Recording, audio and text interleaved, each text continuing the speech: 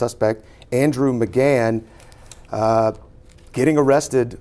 On a midsummer afternoon at Devil's Den State Park, a forest sanctuary famed for its ancient trees and hidden waterfalls, two young girls, ages 7 and 9, burst into the visitor center. They were soaked in sweat, trembling, and nearly incoherent. "Our parents, they were attacked in the woods." A park ranger called Arkansas State Police immediately. And just like that, a manhunt was launched for whoever was responsible for the brutal assault on Clinton and Kristen Brink. It was the 26th of July, 2025. The Brink family, parents and two daughters, had come to Devil's Den for a peaceful weekend hike. But within hours, joy turned to horror. Authorities soon found the bodies of Clinton and Kristen lying on a trail near a rocky stream. There were no signs of animal attack, no theft, no weapon at the scene. Only two traumatized children, the silent witnesses to an unfathomable crime. What happened out there? Who could carry out such an act on a couple hiking with their children? And why the Brinks, out of thousands of visitors that day? Within 5 days, the suspect would be caught in a barber shop, of all places. And his identity shocked everyone. Andrew James McGann, an elementary school teacher. A teacher, accused of a double homicide? What was hiding behind the clean-cut image of this man? Was this really random? Or was something more sinister brewing in the shadows? Join Echoes of the Court as we unravel the silent horror of Devil's Den. If you care about justice and truth, subscribe to our channel. The next part begins now.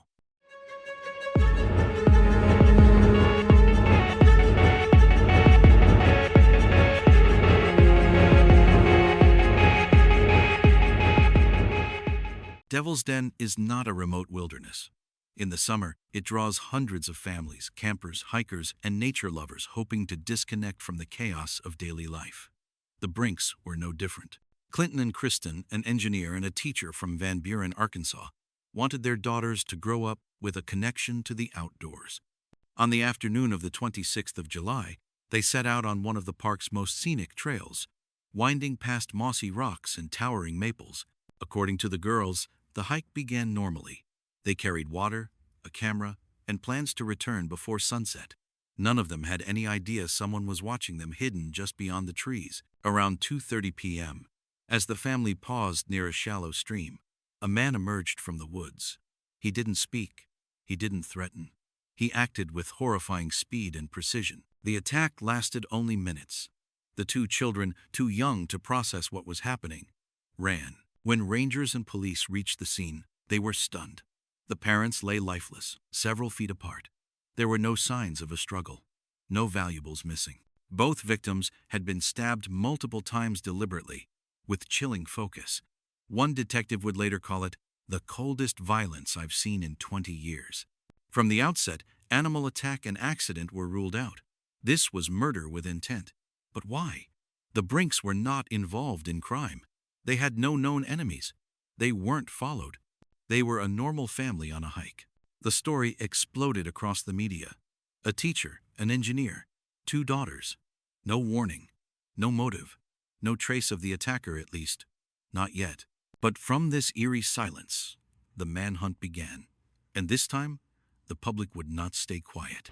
Within hours of confirming the crime was a double homicide, Arkansas State Police launched a special task force. They had no weapon, no fingerprints, and no clear witness, only two young girls, too shaken to recall full details. Their only lead came from grainy security footage captured near the park's visitor center. In it, a man roughly 6 feet tall, wearing a blue shirt, sunglasses, and a hat, appeared loitering near the trailheads that same afternoon. Then, he vanished. The footage went public. Authorities didn't release all evidence, but confirmed the man may have been driving a dark-colored sedan, possibly a Kia. That was enough for the public to act. Across social media, people shared photos, dashcam clips, and security footage from nearby gas stations, rest stops, and cafes. In 48 hours, more than 500 submissions flooded the police tip line. One 13-second video became a turning point. Recorded at a rest stop about 30 kilometers north of Devil's Den, it showed a man matching the suspect's description, driving a black Kia Stinger. The license plate was partially obscured, manually covered with black tape. Suspicious enough. Police cross-referenced rental car data, local DMV records, and flagged purchases. One name began to surface: Andrew James McGann. At first, his identity was not shared publicly. Investigators worked quietly, checking school employment records across Texas, Oklahoma, and Arkansas. What they found startled them. McGann was a certified elementary teacher who had worked in multiple states. Most recently, he had been hired to teach third grade in Springdale, Arkansas, less than an hour from the crime scene. On the evening of the 30th of July, police entered a modest barbershop in Springdale. Andrew McGann was sitting in the chair, mid-haircut. He didn't resist. He didn't panic. According to officers, he simply asked, "Did anyone survive?" The manhunt was over, but the nightmare was just beginning. A man entrusted with shaping young minds had become the suspect in a calculated double homicide. Why? That question still hung in the air. Andrew James McGann, age 28, a licensed elementary teacher. No prior criminal record, no history of violence. On paper, he was just another quiet professional in the American school system. But when investigators peeled back the layers of his life, a more disturbing profile emerged, one carefully hidden beneath the surface. In 2022-2023, McGann taught fourth grade at a public school in Flower Mound, Texas. His employment ended after internal concerns were raised about unprofessional conduct. The nature of the concerns remains undisclosed, but sources within the school district describe behavioral red flags: aloofness, isolation, inappropriate tone. Rather than being fired, he was encouraged to resign, which he did in May 2023.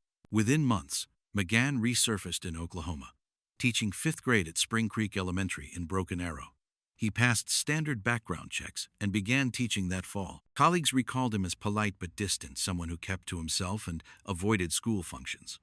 One teacher said he often stared blankly into space during breaks. By 2024, McGann applied for and received a job offer in Arkansas. He was set to begin teaching third grade in Springdale Public Schools. The 2025-2026 academic year hadn't started yet, meaning that at the time of the murders, McGann was a fully cleared employee without ever meeting a student. His digital life, however, told a darker story. Investigators uncovered archived blog entries, long deleted but restored through internet backups, where McGann wrote about themes of nihilism, cleansing humanity, and feeling most alive on the edge of mortality. The language was cryptic, not explicitly violent, but disturbing enough to raise serious psychological red flags. McGann had no close friends, no partners, no clear social connections. He left no note, no manifesto. During early questioning, he answered only with short, flat statements: "I don't remember," or "I don't know why." This left detectives with a chilling realization. This crime had no known motive. The Brinks weren't chosen out of revenge. There was no robbery, no personal vendetta. Just a man with a clean background and a silent storm inside who walked into the woods and destroyed a family. Why did he do it? Because they were there? Because he could?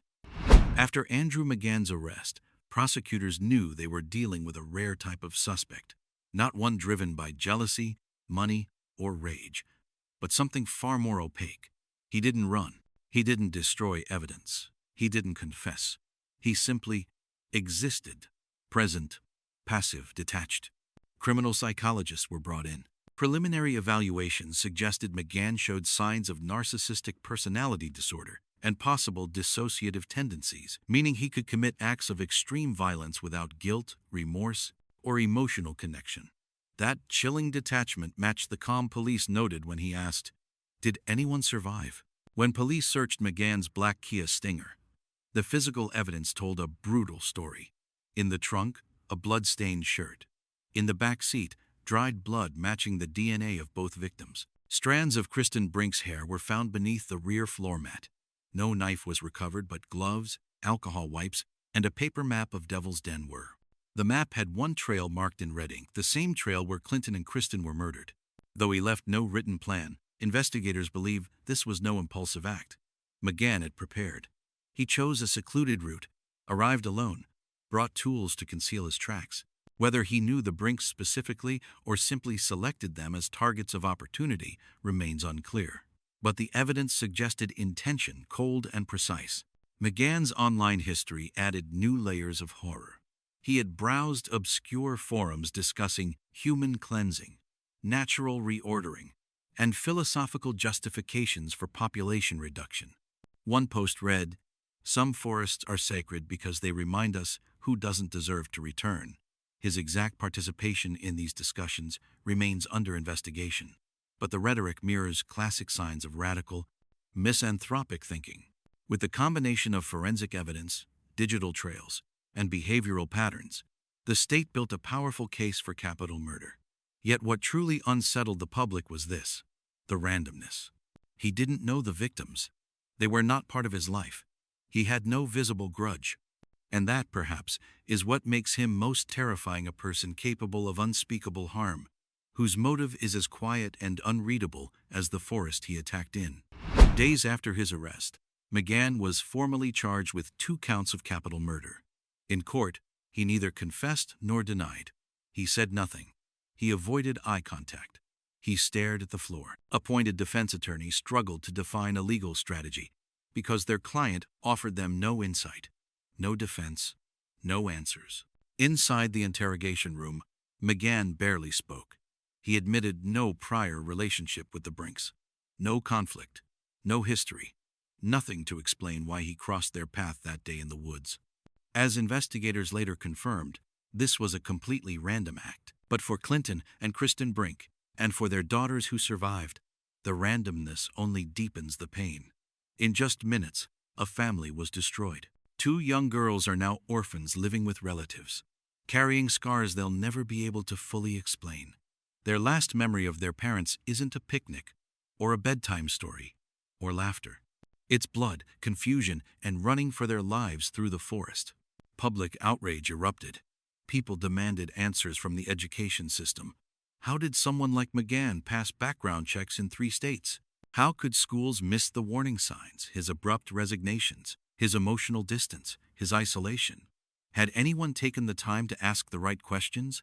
Could this have been prevented? The case raised broader questions about how American institutions, schools, police, even families handle early signs of mental instability. Many recalled past tragedies where the signals were visible in hindsight but ignored in real time. McGann had no criminal record, but he had a pattern withdrawal, lack of connection, strange writings. Should that have been enough to disqualify him from teaching children? Or were the systems simply never built to see someone like him coming? Some psychologists categorize people like McGann as spree randomists, individuals who commit violence not out of personal vendetta, but from internal collapse, psychological distortion, or untreated pathology. Their crimes don't fit easy narratives. That's what makes them dangerous. That's what makes them invisible. The Brinks never saw it coming. They were kind, employed, law-abiding, and loved by their community. They didn't make a wrong turn. They didn't provoke anyone. They were simply there, at the wrong time, on the wrong trail. And for the rest of us, the question lingers. What if they had chosen a different trail that day? What if they'd left an hour earlier? What if someone, anyone, had stopped McGann before he reached Devil's Den? No one will ever know. The first time Andrew McGann appeared in court, the hearing lasted less than 15 minutes. There were no outbursts, no confessions, no apologies, just silence. The Brink family did not attend. They stayed home with the girls, trying to preserve what little peace was left behind the scenes of a very public tragedy. But outside the courthouse, dozens of locals gathered with signs. Justice for the Brinks. Prosecutors announced they would seek the death penalty. Meanwhile, McGann's defense team hinted at a possible mental health evaluation, likely their only strategy to avoid the harshest sentence. And so began a familiar debate in American courts. When does mental illness absolve responsibility? And who decides where that line is drawn? Beyond the courtroom, public scrutiny shifted toward the education system. How did McGann move from district to district, state to state, without deeper review? Though he had no criminal record, his behavioral red flags had gone unaddressed for years. Some blamed bureaucratic hiring processes. Others pointed to the lack of mental health screening in public education. But all agreed, the system failed to detect what was hiding in plain sight. Police now believe this may not have been McGann's first disturbing act, just the first one with irreversible consequences. Investigations continue into his past jobs and interactions. Whispers from former coworkers hint at inappropriate conversations, odd fixations, and abrupt mood swings that were never formally documented. He didn't leave a trail of crime, but he left a pattern of warning signs that no one connected. And so the questions grow darker. If someone had spoken up, would it have made a difference? If a principal had flagged his behavior? If a counselor had insisted on psychiatric screening? If a hiring board had paused? Today, Devil's Den remains closed. Trails that once echoed with laughter and family outings now lie quiet, tangled in vines and mourning. Not because nature changed, but because it revealed how unprepared we are for the predators who walk among us in silence. This wasn't just a crime, it was a revelation. About trust, about oversight, about the thin layer between normalcy and disaster. And you, if you ever met someone like Andrew McGann, would you see the shadows? Or would you, like so many others, smile politely and walk away? Thank you for joining us on this journey through the case of Andrew James McGann. If stories like this matter to you, subscribe to Echoes of the Court. Together, let's keep asking the questions that justice alone can't answer.